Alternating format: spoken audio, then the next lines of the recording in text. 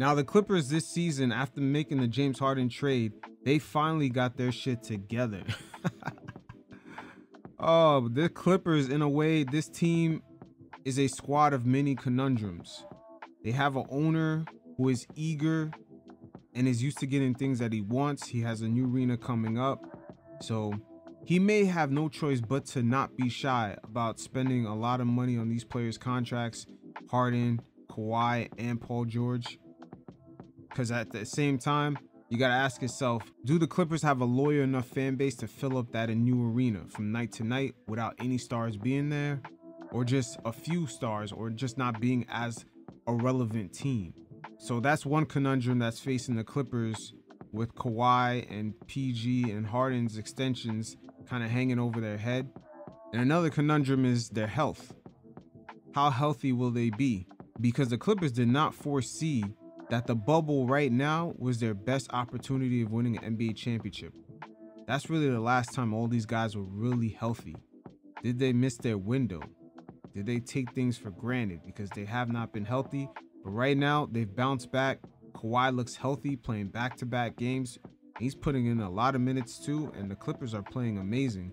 But Paul George spoke about their struggles and what adjustments they needed to make after the James Harden trade. You guys check it out, and every once in a while, I'll check in. Speaking for myself, I mean, I obviously frustrated, losing 6 games, and especially with the talent, the guys we have in the locker room, it's frustrating. You know, can't sugarcoat that. As much as we're positive and we're optimistic and we truly believe it'll work,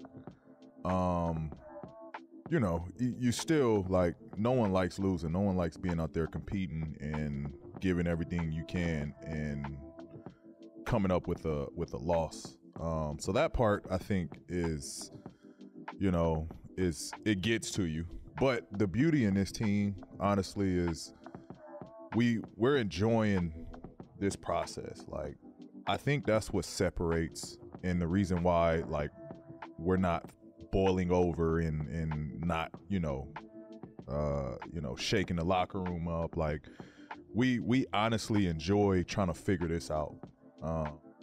Yeah, definitely, because that contract year, boy, it changes things. Most of these guys, Harden, Paul George, and Kawhi, they're all in contract years, so they're definitely trying to figure it out, because they're all LA guys, originally born and raised, and they're not trying to leave there.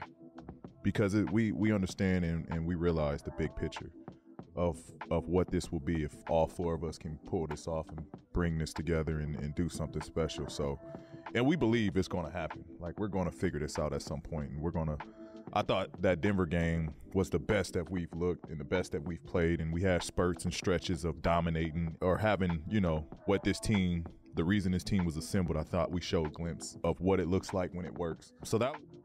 And Denver, quiet as kept, is probably be the biggest issue for the Clippers. That's their biggest opponent. I would say the biggest rival coming into this whole season.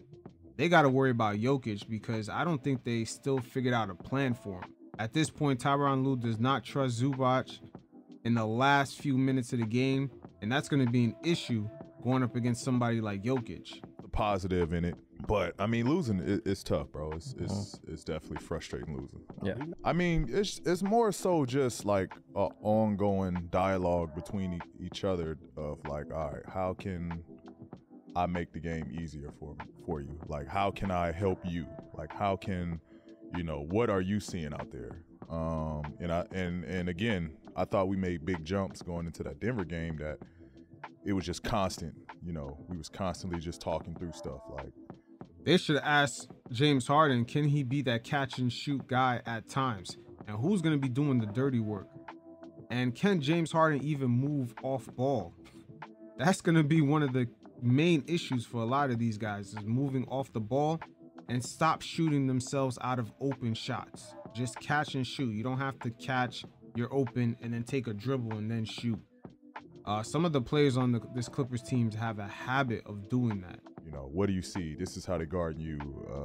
This is how, defensively, this is, what we should do. Like, this person is not as good shooter. Like, let's not rotate. Like, we were doing things like that throughout the game that I thought we were like finally on the same page with everything. We were clicking. You know, granted, everybody, it might be nights where some guys are struggling offensively and shots aren't falling. Right. That's just basketball. Right. You know what I mean? Like, that's gonna happen. You know, probably majority of the games. Like, not all four of us are gonna be hot. You know, Exactly. But what I did like was I thought that we were just all on the same page on trying to figure out and constant talking to each other, and that was the good part about it. But yeah, I mean, you know, I made a statement after the Dallas loss because I went into the game like, you know, after losing, it's nothing about lose or gaining James. Like that James is going to help us. Right. But it did hurt losing. Rocco and Batum. Because those were our glue guys. Like, those were our guys that, like... And not only they lost their glue guys, I'm wondering how Terrence Mann is going to react to his new role. I mean, he was kind of getting into his bag, but now he has an even more reduced role. PJ Tucker does not look happy right now because he's virtually non-existent on this team now. You know, they don't need the ball. They'll go guard. They'll go rebound. They'll go sacrifice their bodies. Right. They'll go take a charge. Like, those were the guys that would do all their little dirty stuff. And so going into that Dallas game, obviously it's a two-headed monster, right, with Luka and Kai. I usually have, you know, that primary matchup of guarding the best player or one of the best player in that situation. It was Kai. So I'm going into the game, I'm like, all right, let me take the approach of, like, being that for this team tonight. Like, I got Kai, let me save the energy for defensively to just hone in on him, sacrifice the offensive side, you know, because the whole thing about it is being, you know, sacrificing for the better of the team, right? Right. So going into it, that was just the approach. But with that, it kind of put me into a passive mindset, right? Like, I didn't feel myself offensively. Like, I was, you know, delayed. I was second guessing. I was, you know, surveying the floor more than I needed to. Yeah, second guessing is not even a word, man. I seen Paul George dribble himself out of open shots. I didn't get that. But it was too much your turn, my turn in the start of this whole James Harden Clippers saga. And just was passive offensively. You know, it didn't work out, obviously, offensively. They was on fire. Right. You know, Bro. They got hot. They made everything. Luka was phenomenal that night. And so it kind of backfired with the approach. But I was going into it, you know, team first mindset of, like, all right, somebody will pick up the offensive load. Right. Let me just focus on trying to do everything else to help us win this game. Because at that point, we weren't winning, we weren't rebounding, we weren't defending at a high enough level. Yeah, that was that mindset there. Now imagine the Clippers carrying on that same type of play style against the Denver Nuggets. Jokic, Aaron Gordon, the way those players cut, move off ball, it's gonna kill this team. But they definitely got to figure something out. Especially James Harden, man. He's got to get his defensive IQ up. I think that's just at certain points of the season, that's how it's going to be. Like, someone is going to have to take, you know, that role. A different role on a different night, you know, basis. Was talking to the media after that Dallas game, and I told him, like, all right, I'll never do that. Like, I'll never have this approach again.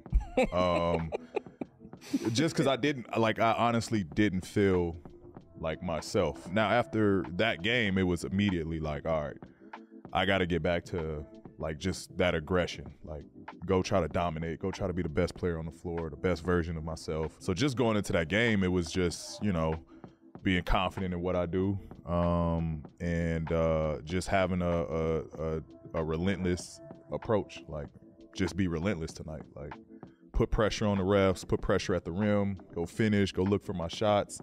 And look to dominate, like, go dominate. Like, that was just my mindset that game, and was my mindset, you know, before the trade and everything else was just to go out there and just try to go dominate.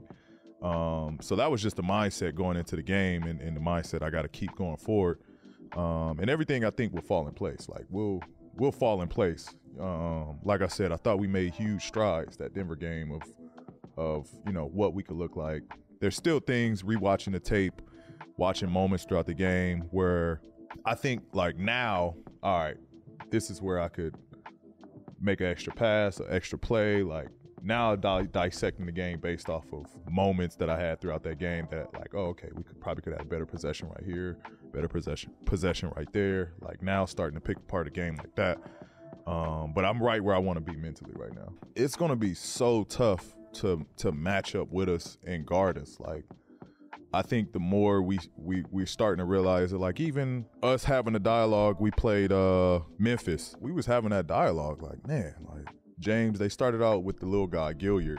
No knock on him on a personal level, but smallest guy on the court, like, we should have took advantage of that right away. Like, all right, he's got Gilliard, we're gonna play through James. James, you're gonna be the offense tonight. Right. Like we had that approach, and I think the only thing sometimes we're playing with James, sometimes he stagnates the offense, but it'll be on him to make sure that he actually find guys open, like just make the pass right away.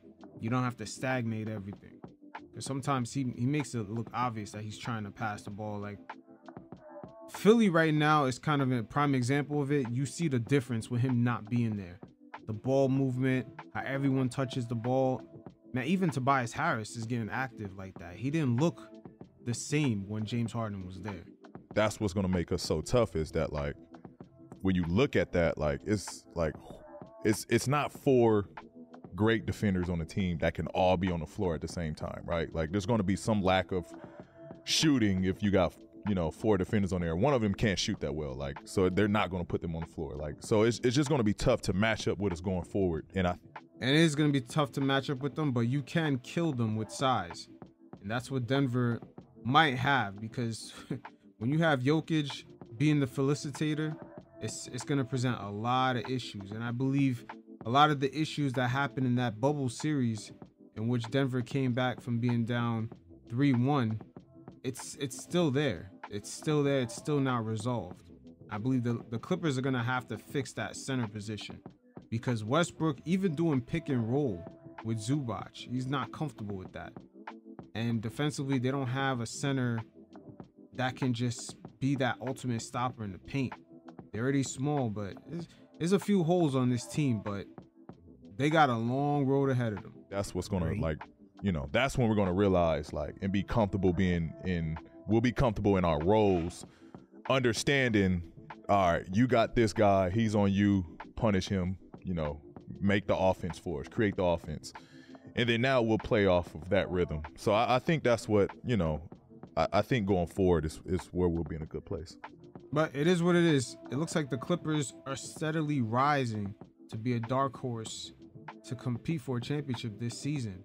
We'll see how Kawhi's health holds up and the rest of the roster. How well does their health hold up? And if Steve Ballmer will be willing to dip into that second apron next season to continue on with this roster.